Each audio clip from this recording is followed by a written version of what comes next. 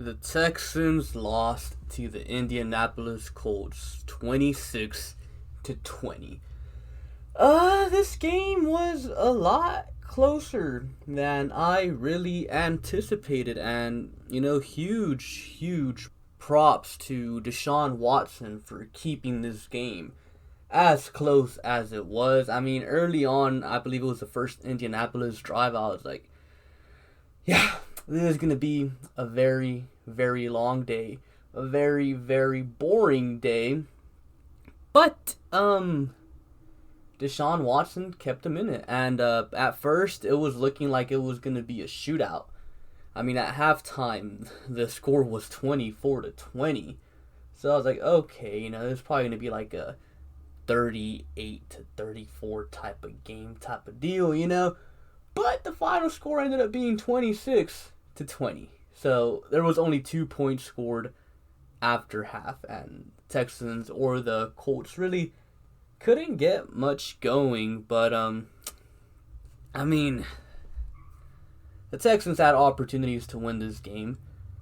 Bad coaching was involved, bad plays were involved, but I mean, in a game that the Texans really shouldn't have even had a chance to win. Because let's be real.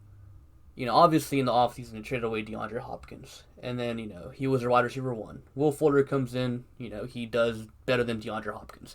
And he becomes a wide receiver one. And then he gets suspended for the PEDs like a week after they cut Kenny Stills because he wasn't getting any playing time. And Randall Cobb got hurt. So, going into the game, the only actual starting wide receiver was Brandon Cooks. But Brandon Cooks left the game with a, concussion for like a little while there. Or, he was being evaluated for a concussion for a little while there. So he missed like, I don't know, like 3-4 series, maybe. But, yeah, for a good while there, Deshaun's weapons were Chad Henson and Kiki QT. I mean, what can you do? You would expect to get blown out. But Deshaun Watson, time and time after time, he kept on coming through, making plays, keeping this team in the game. Time after time, man. I mean, both Chad Henson and Kiki QT had over 100 yards. Kiki QT had like 8 receptions for 140 yards. 3 weeks ago, everyone on the Texans fan base was talking mess about Kiki, how he was so trash. And I was like, guys, calm down. He's a young player. I mean, a lot of you guys are so quick to give up on these young players. It's like so bizarre. Like, you don't give up on young players just like that, man. You don't. Young players need time. And Kiki QT and Chad Henson, they both, they got their playing time and they showed out. I mean, early on in the morning, whenever the inactives got announced, I saw Isaiah Coulter on the inactives list, and I was like, oh my god, these guys are morons. Like, why in the world would they have Isaiah Coulter inactive? But then Chad Henson balled out, man. Like, the Texans have a lot of good wide receivers, man. Or, you know what? I don't even think it's the wide receivers. It's not, It's not the wide receivers. It is Deshaun effing Watson. It's Deshaun effing Watson. I hear Eagles fans complain about it all the time on Twitter. Oh, man, Carson Wentz has no one to throw to. Practice squad players. Ravens fans. Lamar Jackson has no one to throw to. So, like, they blame other players but their own quarterbacks. You know what Deshaun Watson said? I don't give a F.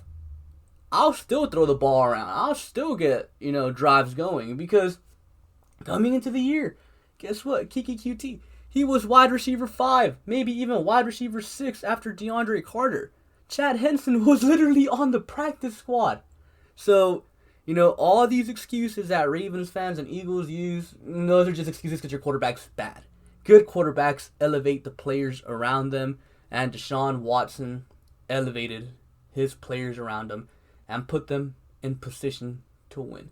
Defensively, I mean, they actually did a good job of stopping the run early on. Late there in the fourth quarter, Jonathan Taylor got some things going. Pass defense was abysmal in the first half, but in the second half, I guess started blitzing more, getting more pressure on Rivers, and I mean, the Colts weren't really able to get anything. I mean, they scored 0 points on offense in the second half. I mean, so did the Texans, but I mean, the defense in the second half, they did their job, and I can guarantee you, if Bradley Roby wouldn't have gotten suspended, the Texans would have probably won this game because he probably would have clamped down T.Y. Hilton.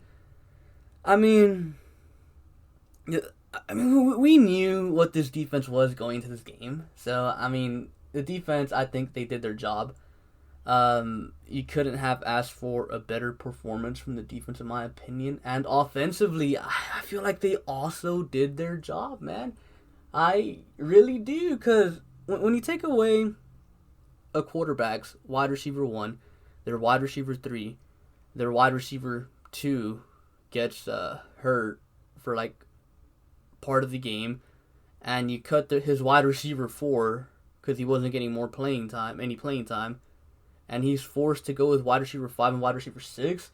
Like, you would expect the offense to like be abysmal, but the offense was still rolling. And I will say this: I think that if the refs don't miss the terrible, and I mean terrible, because the Kenny Moore INT, that was clearly a Brandon Cooks catch. It was a Brandon Cooks catch. Took 2 steps, turned upfield, and then got tackled. He should have been down, and then the ball ended up on Kenny Moore's hands, and they called it an INT. That's a down by contact reception. I mean, I think it was pretty blatantly obvious. Deshaun Watson's streak of no interceptions should have been continued, but refs are morons, and they completely botched that call. And then they're at the end. Okay, look. In the final drive, when Deshaun Watson completed that pass to QT for the big gain, Brandon Cooks for the big gain that set him up like at the, Indy 45-ish around there, I was like, okay. I was already mentally preparing myself. Deshaun Watson is going to drive them down the field. He's going to punch it in for a touchdown with about a minute left, and the defense is going to choke and let Rodrigo Blankenship kick the game-winning field goal. So I was already mentally preparing myself for that to happen, but then Nick Martin snaps the ball too low and ends up being a fumble recovery by Indianapolis, and that's the way the game ends.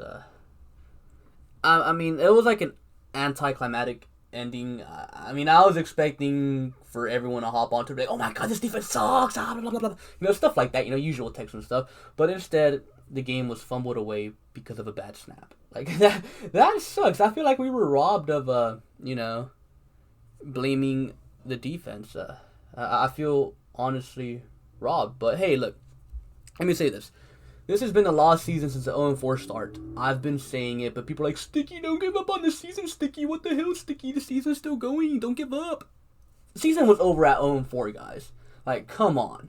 And even if the Texans would have won today, there is no way the Raiders, the Browns, and the Dolphins, there's no way that they all completely fall off in order for the Texans to somehow make the playoffs. Like, it's not going to happen. So it was never going to happen.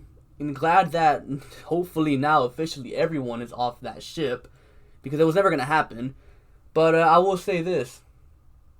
It took everything that the Colts had, everything that the Titans had, to beat this Texans team with no head coach. The Texans don't have a head coach.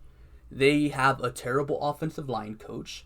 Today the Texans had no wide receivers. Today they had no corners. What happens this upcoming offseason when the Texans get Eric Bieniemy?